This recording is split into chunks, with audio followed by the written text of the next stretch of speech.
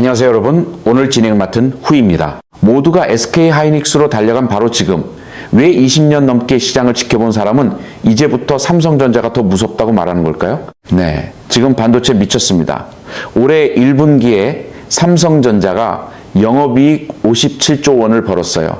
한국 기업 역사상 분기 최대 이익입니다. 같은 기간 SK하이닉스는 37조 원, 영업이익률이 무려 72%였고요. 둘 다 창사 이래 최고 기록을 갈아치웠습니다. 여러분이 이 영상을 누른 이유, 그 열기가 진짜냐고요? 진짜입니다. 숫자가 증명하고 있어요. 그런데 오늘 제가 하려는 이야기는 누가 더 오르냐가 아닙니다. 이 슈퍼사이클의 진짜 이야기는 왜 지금 이 순간 대장주가 뒤바뀔 수 있느냐예요. 그리고 더 중요한 건 따로 있습니다. 진짜 위험은 종목이 아니라 여러분이 그 종목을 사는 방식에 숨어 있거든요. 다들 SK하이닉스가 정답이라고 생각하시죠? 그럴만합니다. 지난 한 달 반 동안 SK하이닉스가 삼성전자보다 15%포인트나 더 달렸으니까요. 나만 놓치는 거 아니야? 하는 그 조바심, 포모라고 하죠. 그 포모로 다들 SK로 몰려갔습니다. 그런데 바로 그게 문제예요. 오늘 이 질문 두 개를 같이 따라가 볼 겁니다. 하나, 정부가 4,700조 원을 쏟아붓겠다는데 왜 정작 반도체주는 지지부진할까요? 둘, 노무라 증권은 왜 하필 지금 목표 주가를 2배로 올렸을까요? 세 겹으로 벗겨보겠습니다. 표면에서는 목표가 열풍, 그 밑에서는 밸류에이션의 진실, 그리고 맨 아래에서는 이게 정말 사이클의 초입인가 하는 문제까지요. 먼저 하나 확실하게 드리고 시작할게요. 삼성전자와 SK하이닉스는 마이크론보다 캐파, 그러니까 생산 능력이 훨씬 큽니다. 무슨 뜻이냐면 영업 레버리지가 훨씬 강하다는 거예요. 마이크론이 이번에 저 정도로 실적이 터졌으면 이 두 회사는 이익이 생각보다 더 크게 튈 수 있다는 신호입니다. 자, 그럼 왜 이게 단순한 종목 싸움이 아닌지부터 짚어보죠. 이건 삼성이냐 SK냐 그 종목 싸움이 아닙니다. 메모리 산업이 경기 순환주에서 구조적 성장주로 다시 평가받느냐의 문제예요. 노무라가 던진 거는 그냥 목표가 숫자가 아니었습니다. 너희들이 이 산업을 20년째 잘못된 렌즈로 보고 있다는 선언이었어요. 무슨 얘기냐면요. 반도체는 원래 대표적인 경기민감주였습니다. 좋을 때 벌고 나쁠 때 크게 까먹는 사이클 타는 업종이었죠. 그래서 시장은 늘 반도체 주식에 낮은 배수를 매겼습니다. 어차피 다시 겨울 온다면서요. 그런데 노무라는 이렇게 말합니다. AI가 끌고 가는 이 수요는 5년간 수만 배로 늘어날 텐데 공급은 겨우 5배에서 6배 늘어난다고요. 이 구조적인 수급 불균형이 계속된다면 반도체는 더 이상 사이클 주식이 아니라는 겁니다. 그래서 노무라가 내놓은 숫자를 한번 보세요. 지난 5월 중순에 삼성전자 목표 주가를 34만 원에서 59만 원으로, SK하이닉스는 234만 원에서 400만 원으로 올렸습니다. SK하이닉스 목표가가 400만 원대로 나온 건 그때가 처음이었어요. 그런데 여기서 끝이 아닙니다. 6월 말에 노무라는 삼성전자를 다시 67만 원으로 올렸고 SK하이닉스는 500만 원까지 거론되기 시작했습니다. 근거는 딱 하나예요. 지금 삼성과 SK의 선행 PER이 약 6배인데 TSMC는 20배라는 거죠. 같은 AI 인프라 핵심 기업이면 밸류에이션도 TSMC 수준으로 수렴해야 한다는 논리입니다. 여기까지 들으면 이렇게 생각하실 겁니다. 아, 그럼 무조건 사야겠네. 그런데 이상하지 않으세요? 실적은 사상 최대, 목표가는 2배, 정부는 4,700조를 쏟겠다는데 정작 반도체주는 왜 옆으로 기거나 오히려 빠질까요? 이유가 있습니다. 다만 그 이유는 한 단계 더 깊은 곳에 있어요. 그래서 목표가부터 의심해 봐야 합니다. 강관우 대표 말처럼 가정치를 조금만 바꿔도 목표가는 엄청나게 출렁이거든요. 자, 목표가 2배, 계산해보면 말이 됩니다.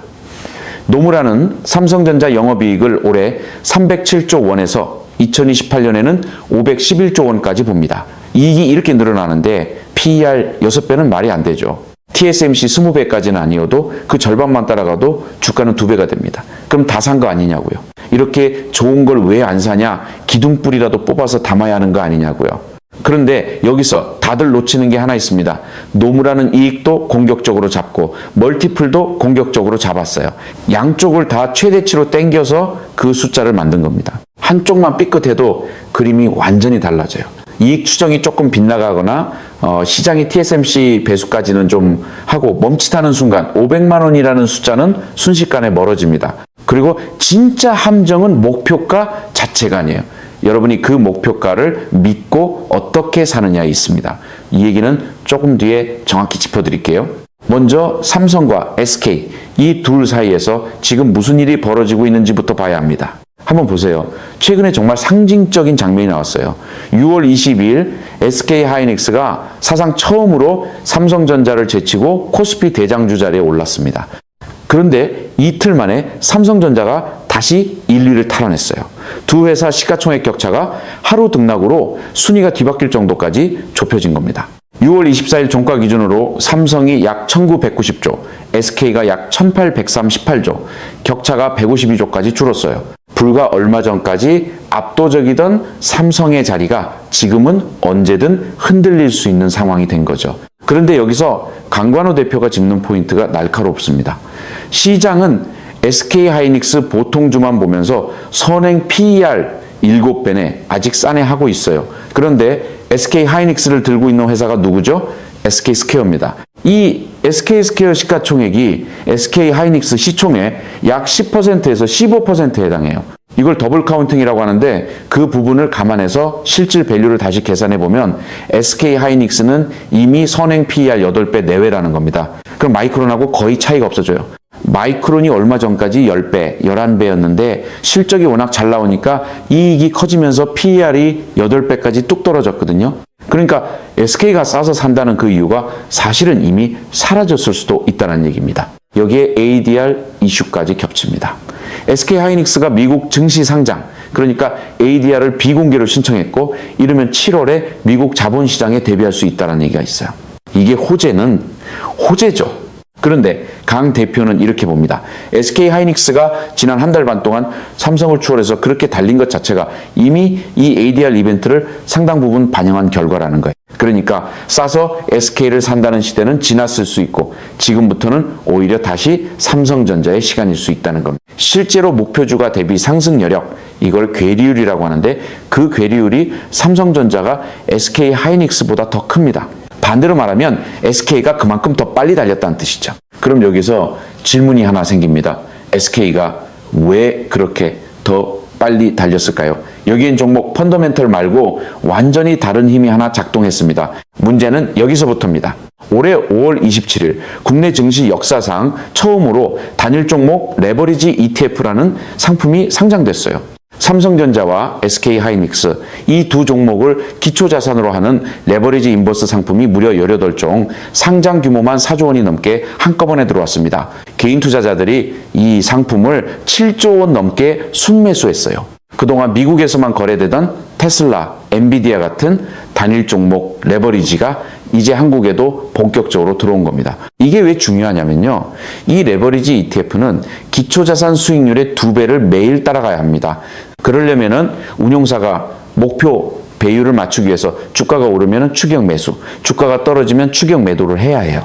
상승할 때는 사는 물량이 더 붙고 하락할 때는 파는 물량이 더 쏟아지는 구조입니다. 시장이 흔들릴수록 변동폭을 스스로 더 키우는 악순환이 만들어지는 거예요. 전문가들은 이걸 쇼트 감마라고 부르고 꼬리가 몸통을 흔든다는 뜻에서 웩도덕 현상을 걱정합니다. 숫자로 보면 확실합니다. 이 상품이 나오기 전 과후 삼성전자의 하루 평균 변동성이 4.4%에서 6.8%로 뛰었어요. SK 하이닉스는 5.1%에서 7.8%로 올랐고요. 코스피 변동성 지수는 5월 평균 68에서 6월에 84까지 치솟았습니다. 상장 이후 한 달 남짓한 기간에 사이드카가 11번, 서킷 브레이커가 3번 발동됐어요. 오죽하면 금융감독원장이 이렇게 말했겠습니까? 단일 종목 레버리지 출시를 어떻게든 막았어야 했나 개인적으로 반성하고 후회하고 있다고요. 감독당국 수장이 공개적으로 후회한다는 건 이게 보통 일이 아니라는 뜻이에요. 누가 만들었는지는 몰라도 이 괴물 같은 상품이 시장에 들어오면서 위에서 사고 아래에서 팔리는 구조가 만들어졌습니다. SK가 삼성보다 더 빨리 달린 데는 이렇게 종목 펀더멘털이 아니라 수급과 파생 구조라는 또 다른 힘이 작동하고 있었던 거예요. 그러니까 이제 이 이야기는 어느 종목이 오르냐에서 이 시장이 대체 어떻게 움직이고 있냐로 넘어갑니다. 표면 보도만 봐서는 이 구도가 절대 안 보이거든요. 여기서 잠깐 시야를 미국으로 한번 넓혀볼게요. 지금 반도체 가격을 둘러싸고 벌어지는 논쟁이 상당히 상징적입니다. 애플의 팀 쿡이 최근에 메모리 부족 사태를 두고 100년 만에 한 번 있을 대홍수라고 표현했어요. 그러면서 6월 25일에 맥북, 아이패드 같은 제품 가격을 기습적으로 올렸습니다. 맥북 프로 16인치가 2,499달러에서 2,999달러로 한 번에 500달러가 뛰었어요. 가격을 올린 그날 애플 주가는 6% 넘게 빠졌고요. 디램 가격이 1년 만에 무려 450% 가까이 폭등했으니 애플로서도 버티기 어려웠던 겁니다. 그런데 여기에 마이크론이 바로 받아쳤어요. 그동안 대형 고객사가 가격을 후려쳐서 우리가 투자를 못했고 그게 지금의 공급난으로 이어진 거다. 특정 회사를 직접 지목하진 않았지만 누가 봐도 애플을 겨냥한 발언이었죠. 이게 뭘 보여주냐면요. 과거에 부품 가격을 쥐고 흔들던 애플이 이제는 원가 부담을 호소하는 처지가 됐다는 겁니다. 공급망의 제왕이 공급망의 역풍을 정면으로 맞은 거예요. 다시 말해 메모리 회사들이 슈퍼울에서 슈퍼갑으로 완전히 뒤집혔다는 상징적인 장면입니다. 물론 이 가격 인상에는 양면이 있어요. 반도체 값이 너무 오르니까 저가 PC나 저가 스마트폰을 만드는 업체들은 그 인상분을 감당 못해서 생산을 조정하는 상황까지 왔습니다. 즉 수요가 위축되는 요인이 이미 생겼다는 거예요. 웬만하면 팀 쿡이 그러겠습니까? 100년 홍수라는 표현이 나왔다는 건 그만큼 지금 상황이 심각하다는 방증입니다. 그리고 여기서 하나의 이름이 등장합니다. CXMT. 애플이 이 공급난을 뚫으려고 미국 정부의 중국 메모리 업체 CXMT에 D램을 사게 해달라고 로비를 하고 있다는 소식이 전해졌어요. 만약 미국이 이걸 승인한다면 지금의 가격 인상 탄력에 제동이 걸릴 수 있습니다. 근데 현실적으로는 쉽지 않아요. 미국 의회가 안보를 이유로 강하게 반대하고 있고 CXMT의 내년 LPDDR5 생산 비중도 30%가 안 됩니다. 한 애널리스트는 이걸 두고 메모리 업황을 뒤흔들 스트라이크가 아니라 가격 협상력을 높이려는 견제구에 가깝다고 봤어요. 그러니까 당장 판을 깨는 변수는 아니라는 겁니다. 여기 하나 더. 최근에 오픈 AI가 IPO 가격이 마음에 안 든다면서 상장을 연기한다는 얘기가 나왔어요. 그럼 이런 물음표가 생기죠. 상장을 미루면 그 막대한 AI 투자는 무슨 돈으로 할까요? 이렇게 데이터 센터 캐펙스, 그러니까 설비 투자에 대한 의구심이 커지면 반도체도 영향을 받을 수 있습니다. 그래서 강관우 대표가 강조하는 게 바로 이거예요. 노무라가 제시한 제일 앞에 있는 그 화려한 숫자에만 매달리지 말고 항상 리스크를 보고 리턴을 보는 훈련을 해야 한다는 겁니다. 자, 이쯤에서 진짜 중요한 걸 하나 말씀드릴게요. 레버리지 ETF로 이 종목을 장기 보유하면 종목이 올라도 여러분은 손실을 봅니다. 이게 무슨 말이냐면요. 음의 복리 효과 때문입니다. 예를 들어 볼게요. 기초 자산이 30% 빠졌다가 다시 30% 올랐다고 해봅시다. 그럼 본전 같죠? 그런데 2배의 레버리지 상품은 같은 흐름에서 원금의 64%만 남습니다. 36%가 그냥 사라지는 거예요. 종목은 제자리로 돌아왔는데 여러분 돈만 녹아버리는 겁니다. 실제로 6월 10일 기준으로 삼성전자와 SK하이닉스 본주는 고점 대비 각각 12%, 13% 정도 빠졌는데 그 2배 레버리지 ETF는 33%, 30% 넘게 빠졌어요. 딱 2배가 아니라 2배보다 더 깊이 빠인 겁니다. 진폭이 들락날락할수록 이 손실은 계속 커집니다. 증권사만 좋은 일 시키는 셈이에요. 처음에 제가 그랬죠. 진짜 위험은 종목이 아니라 사는 방식에 있다고요. 이제 무슨 뜻인지 보이실 겁니다. 목표가가 500만 원이 맞든 틀리든 이 변동성 속에서 레버리지로 단타를 치는 사람은 위에서 사고 아래에서 팔리게 돼 있어요. 반대로 매달 30%, 40%짜리 적금 붙듯이 분할 매수하는 사람에게는 이건 오히려 쉬운 장입니다. 같은 종목, 같은 시장인데 결과가 정반대로 갈리는 거죠. 종목을 고르는 눈보다 버티는 방식이 승부를 가른다는 겁니다. 이제 가장 넓은 그림을 볼 차례입니다. 이게 정말 사이클의 초입일까요? 먼저 지금 벌어지는 구조적인 변화를 봅시다. 예전에 메모리 회사들은 고객 앞에서 을이었어요. 불황이 오면 고객이 계약을 취소하거나 가격을 다시 깎자고 했으니까요. 그런데 지금은 완전히 다릅니다. 삼성과 SK가 3년, 5년짜리 장기 공급 계약을 고마진 구조로 걸고 있어요. 마이크론도 5년짜리 장기 계약을 16건이나 맺었다고 하고요. HBM 공급이 워낙 부족하니까 고객사가 계약을 함부로 포기할 수가 없습니다. 안 오던 외국 CEO들이 왜 자꾸 한국에 오겠어요? HBM 달라, D램 달라는 거 아니겠습니까? 슈퍼홀이 슈퍼갑이 된 거죠. 이게 메모리 회사들의 실적 안정성을 과거와는 비교가 안 되게 높여줍니다. 그리고 그 4,700조 메가 프로젝트로 다시 돌아가 보죠. 6월 29일에 정부가 반도체, AI 데이터 센터, 피지컬 AI 로봇 이 세 가지 축으로 총 4,755조 원 규모의 투자 계획을 발표했습니다. 삼성이 2,655조, SK가 2,100조예요. 우리나라 1년 GDP의 2배에 달하는 숫자입니다. 특히 서남권, 광주하고 전남 쪽에 800조 원을 들여서 전공정 팹 4기를 짓기로 했고 5년 안에 우리나라 메모리 생산 능력을 2배로 늘리겠다는 목표를 내놨어요. 그런데 강 대표가 짚는 포인트가 여기서도 날카롭습니다. 반도체가 이 프로젝트의 최대 수혜인 건 맞는데 왜 정작 반도체주는 지지부진하냐는 거죠. 이유는 세 가지예요. 하나, 이미 미리 올라왔다. 둘, 당장 내일 시작하는 게 아니라 장기 계획이라 주가에 바로 안 들어온다. 셋, 시장은 원래 돈 많이 쓰는 걸 별로 안 좋아한다. 그럼 즉각적인 수혜는 어디로 갔을까요? 바로 전력 인프라입니다. 공장을 지으려면 먼저 기반 시설을 깔아야 되잖아요. 불도저로 밀고 토목 공사를 하고 변압기 넣고 송전선 세우고 그래서 건설사, 전력 설비 그리고 발전 쪽으로 수혜주가 먼저 움직인 겁니다. 여기서 중요한 리스크가 하나 드러납니다. 전공정 팹은 전력을 어마어마하게 잡아먹어요. 서남권이 메가 클러스터 하나 돌리는 데만 원전 20기분의 전력이 필요하다는 분석이 나옵니다.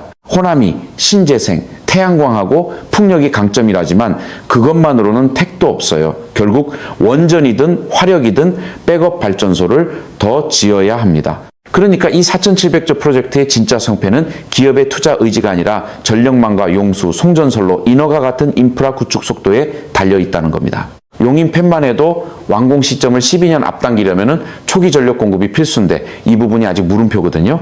IT 장비나 소부장 업체들이 여기서 수혜를 받으려면 정지 작업 다 끝나고 한참 뒤 5년은 지나야 할 겁니다. 한 걸음 물러서서 큰 그림을 보면 한국의 입지는 상당히 탄탄합니다. 세계 수준의 제조업 베이스가 있고 어디를 가도 와이파이가 터지는 IT 강국이고 여기에 메모리가 핵심 자산으로 올랐었어요. 이 위에 피지컬 AI를 얹을 수 있는 기반까지 갖췄습니다. 전 세계에서 이런 조합을 다 가진 나라가 흔치 않아요. 나중에는 한국에서 잘 돌아가는 이 AI 인프라 모델 자체를 통째로 수출하는 그런 비즈니스가 나올 수도 있다는 관측까지 나옵니다. 다만 여기서 냉정하게 반대편도 봐야 합니다. 고점 논란도 분명히 실제해요. 최근 미국에서는 삼성, SK, 마이크론 세 회사가 D램 가격을 인위적으로 끌어올렸다는 의혹으로 반독점 집단 소송에 휘말렸습니다. 원고 측은 이들이 HBM 확대를 명분으로 범용 D램 공급을 일부러 줄여서 지난 4년간 가격이 약 700% 올랐다고 주장하고 있어요. 손해액의 3배를 배상하라는 청구까지 걸려 있습니다. 다만 소장의 결정적인 담합 증거는 포함되지 않은 것으로 알려졌고 과거 비슷한 소송에서 미국 법원은 가격이 같이 오르고 공급이 같이 줄었다는 사실만으로는 담합을 인정하기 어렵다고 판단한 적이 있어요. 그러니 이건 확정된 사실이 아니라 앞으로 지켜봐야 할 리스크로 보시는 게 맞습니다. 여기에 HBM 가격이 경쟁 심화로 조정 국면에 들어갈 수 있다는 시각, 후발주자들의 증설, 규제 변수 같은 것들도 중장기 변수로 거론됩니다. 반면에 때 이른 고점 논란에 매몰되지 말라는 시각도 있고 일반 D램은 아직 10%에서 20% 추가 상승 여력이 있다는 분석도 나와요. 양쪽 다 근거가 있습니다. 어느 쪽이 맞을지는 결국 여러분이 직접 판단하실 몫이에요. 그럼 실전에서는 어떻게 대응해야 할까요? 강관우 대표의 조언을 정리해드리겠습니다. 첫째, 몰빵은 금물이고 적립식 분할 매수로 가라는 겁니다. 매달 월급 들어오면 이번 달에도 사고 다음 달에도 사고 30%, 40%짜리 적금에 넣는다고 생각하라는 거예요. 삼성전자 올해 ROE 예상치가 50%가 넘고 SK하이닉스는 80%에서 90%를 왔다 갔다 합니다. 은행에 맡기면 3%에서 4% 주는데 이거랑 비교가 되겠습니까? 이런 종목이 바로 옆에 있는 거예요. 둘째, 주주환원입니다. 두 회사 모두 잉여현금 흐름의 50%를 주주에게 돌려주겠다고 약속했어요. 그럼 ROE에 더해서 배당 수익률까지 기대할 수 있습니다. 셋째, 모멘텀 단타는 지금 이 장에서 정말 불리하다는 겁니다. 단일 종목 레버리지가 만든 이 변동성에서는 오늘 사고 내일 팔고 하는 방식이 위에서 사고 아래에서 팔릴 가능성이 커요. 특히 레버리지 ETF를 장기로 들고 가면 아까 말씀드린 음의 복리 때문에 결국 손실로 갑니다. 넷째, 지분 플레이라는 대안도 있어요. 삼성전자를 놓쳤다면은 삼성전자를 8% 정도 들고 있는 삼성생명이나 5% 정도 들고 있는 삼성물산을 장기로 볼 수 있습니다. SK 하이닉스를 놓쳤다면 중간 지주사인 SK 스퀘어나 주식회사 SK도 대안이 될 수 있고요. 다만 이건 양날의 검입니다. 올라갈 때 더 가지만 내려갈 때도 더 빨리 빠지거든요. 그 위험을 알고 접근하셔야 합니다. 다시 한번 말씀드리지만 지금까지의 내용은 투자 권유가 아니라 정보 정리입니다. 목표가나 수치는 지금 이 시점 기준이라 실제로 판단하실 때는 최신 상황을 꼭 다시 확인하세요. 자, 처음 질문으로 돌아가 봅시다. 그래서 이게 100년에 한 번 오는 대홍수의 초입일까요? 아니면 이미 물이 목까지 차오른 고점일까요? 노무라는 이제 겨우 시작이라고 합니다. 소송을 건 쪽은 인위적으로 부풀린 거품이라고 하고요. 양쪽 다 나름의 근거를 들고 있어요. 그런데 오늘 이 긴 이야기를 따라오셨다면 한 가지는 분명해졌을 겁니다. 초입이냐, 고점이냐, 그 답을 어떻게 보느냐가 결국 여러분이 이 종목을 어떻게 들고 갈지를 결정한다는 거예요. 초입이라고 확신하면 분할 매수로 길게 가면 되고 고점이 두렵다면 비중과 속도를 조절하면 됩니다. 정답은 종목 안에 있는 게 아니라 여러분의 대응 방식 안에 있습니다. 여러분은 지금 이 장을 초입으로 보시나요? 고점으로 보시나요? 여러분의 생각을 댓글로 꼭 남겨주세요. 그리고 이런 반도체 사이클 분석을 놓치고 싶지 않으시다면 구독과 좋아요 부탁드립니다.